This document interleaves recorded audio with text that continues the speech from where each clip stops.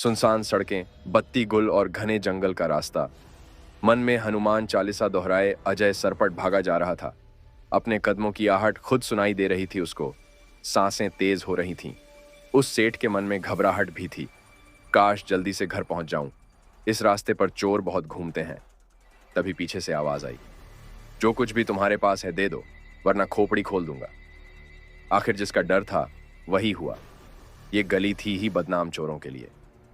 अजय ने सारे पैसे दे दिए, बोले, अब तो जाने दो। अब तो तूने मुझे देख लिया है, तुझे मारने में ही मेरी भलाई है, चोर बोला। अजय बोला, रुको, मैं तुम्हें कुछ ऐसा दे सकता हूं जिससे तुम्हारी जिंदगी बदल जाएगी। चोरी करने की जरूरत नहीं पड़ेगी और तुम इज्जत की जिंदगी जी पाओगे, पर तुम्हें मुझे वादा करना होगा, तुम मुझे मारोगे नहीं। चोर बोला, ठीक है। अजय ने उसे एक बक्सा दिया जिसमें आईना था। अजय बोला, इसको अकेले में खोलना और एक माचिस की तिल्ली जलाना और 3 बार बोलना, खूनी दुल्हन, खूनी दुल्हन, खूनी दुल्हन। फिर तुम जो मांगोगे वो दे देगी। चोर बोला, क्या ये पैसा देगी? अजय बोला, हाँ, पर एक शर्त है। जब भी तुम ये बक्सा किसी और को देना, सारे नियम बता के देना। बिना किसी को बताए इसको कहीं रख आए तो ये फिर तुम्हारे पास ही आ जाएगा। और हाँ, इसको खत्म भी करने की कोशिश मत करना, वरना अंजाम बहुत बुरा होगा। चोर बोला, मैं इस अल्लादीन के चिराग को किसी और को क्यों दूं? भला चोर खुशी खुशी बक्से के साथ घर चला आया। अब वो चोर घर आकर उस बक्से को लेकर पहुंचा एक रूम में। वहां फटाफट बक्सा खोला, एक माचिस जलाई और 3 बार बोला, खूनी दुल्हन, खूनी दुल्हन, खूनी दुल्हन। अचानक आईने में तेज रोशनी हुई। वो डर कर पीछे हट गया। उसकी तो सांसें ही रुक गई, मानो जैसे सामने का नजारा जो इतना भयावह था। सामने ईसाइयों के दुल्हन के सफेद ड्रेस में, जिस पर खून के धब्बे थे, सजी हुई एक लड़की थी। बाल बिखरे हुए, आंखों से खून टपक रहा था, चेहरा आधा जला था, उसमें से हड्डी दिखाई दे रही थी। रूह कपाने वाली आकृति थी उसकी। वो बोली, बोलो क्या चाहिए तुम्हें? पर एक शर्त है जो तुम मांगोगे, उसकी कीमत किसी और को चुकानी पड़ेगी। चोर बोला, ले लेना, पर फिलहाल मुझे पैसे चाहिए।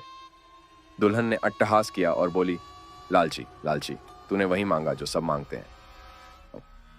हाँ हाँ हाँ हाँ हाँ हाँ। अचानक पैसे की बारिश होने लगी। चोर पागल हो गया खुशी से। चोर ने पूछा, पर तुम इतने पैसे लाई कहां से? दुल्हन हंसी और बोली, तुम्हें इससे क्या, तुम मजे करो। एक भयानक चित्कार के साथ वो गायब हो गई। अगले दिन सुबह वो पान की दुकान पर गया तो पता चला अजय, जिसके उसने पैसे लुटे थे, वो शहर के जाने माने पैसे वालों में से एक था। वो रहस्यमयी तरीके से मरे पाए गए और उनके पैसे भी गायब थे। चोर को बड़ा अजीब लगा। 10 साल बीत गए। अब वो चोर शहर का बड़ाड़ रईस सुरेश बन गया था। उसने उस बक्से को तहखाने में रख दिया जहां उसके परिवार का कोई सदस्य नहीं जाता था। उसके ताले की चाबी सिर्फ उसी के पास थी। यहां तक कि उसने अपनी बीवी और बच्चों को भी कुछ नहीं बताया था। एक दिन हुए कि बेटी का एक्सीडेंट हो गया, जिसमें वो बुरी तरह जख्मी हो गई। वो बहुत दुखी था। उसको उस बक्से की याद आई। वो तहखाने में गया, बक्सा खोला, माचिस जलाई और 3 बार पुकारा, खूनी दुल्हन, खूनी दुल्हन, खूनी दुल्हन। वो अट्टहास करती हुई आई, फिर से वही भयानक चीत्कार वाली हंसी लिए बोली, कहो बहुत दिनों बाद याद किया। सुरेश बोला, मेरी बेटी को बचा लो, खूनी दुल्हन। वो बोली, पर शर्त याद है ना, किसी एक को अपनी जान देनी पड़ेगी।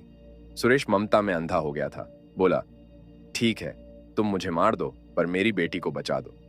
वो दुल्हन अपने काले दांत निपोड़ते हुए बोली, नहीं, जिसे मैं चाहूंगी वो मरेगा। हाँ हाँ हाँ हाँ हाँ हाँ। फिर उसे आईने में दिखा, सामने वाले पड़ोसी की बेटी जख्मी हो गई थी। सुरेश को बुरा लगा। बचपन से उसे देखा था। वो बोला, अब मैं कभी तुम्हारे पास नहीं आऊंगा। वो दुल्हन हंसते हुए बोली, इंसान लालची होता है, तुम फिर आओगे। हाँ हाँ हाँ हाँ हाँ हाँ। सब ठीक चल रहा था। अचानक एक दिन सुरेश की बीवी को दिल का दौरा पड़ा। डॉक्टर ने जवाब दे दिया कि ये नहीं बचेंगी। सुरेश परेशान हो गया। सुरेश की बीबी रोने लगी कि वो अपने वारिस का मुंह भी ना दे, खपाएगी। सुरेश ने फिर से उस आईने के पास जाने की सोचा ये आखिरी बार है। वो दुल्हन फिर से आई, अट्टहास करते हुए बोली, देखा आ गया ना, बोल क्या चाहिए? मेरी बीबी को वारिस का मुंह दिखा दो, खूनी दुल्हन। सुरेश गिड़गड़ाने लगा, पर शर्त याद है ना? खूनी दुल्हन बोली। वो बोला, हाँ याद है। वो दुल्हन जोर से हंसी। अचानक शीशे में सेठ को अपने बेटे की लाश दिखाई दी। वो जोर जोर से रोने लगा। दुल्हन बोली, क्यों? इस बार दुख कुछ ज्यादा हुआ क्योंकि अपना बेटा मरा। हाँ हाँ हाँ हाँ हाँ हाँ हाँ। वो बक्सा उठा के फेंकने ही वाला था कि आवाज आई, खबरदार, ऐसा करना भी मत, सारा परिवार तबाह हो जाएगा तुम्हारा। नियति को बदलोगे तो यही होगा। मैंने भी यही किया था। मेरे हाथ में शादी का सुख नहीं था, पर मैंने किया। 2 दिन बाद ही मेरे पति मर गए और ससुराल वालों ने मुझे भी जला के मार दिया।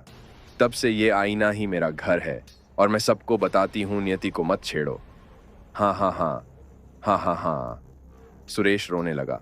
कहा, मैंने अपने वारिस से उसके पिता का साया छीन लिया। खूनी दुल्हन बोली, ये बक्सा ऐसा ही है जो लेता है अंत में पछताता है। हाँ हाँ हाँ हाँ हाँ हाँ। सुरेश ने बेटे का अंतिम संस्कार किया और उस बक्से को लेकर चल दिया। उसी गली में जो चोरों के लिए बदनाम थी, एक चोर को उसने बहुत से पैसे और वो बक्सा दे दिया शर्तों के साथ। बीबी से बोला, हम कल ही ये शहर छोड़ के चले जाएंगे, कपड़े बांध लो, और खुद रूम में जाकर पैसे बैग में भरने लगा। अचानक शीशे में वो खूनी दुल्हन दिखी।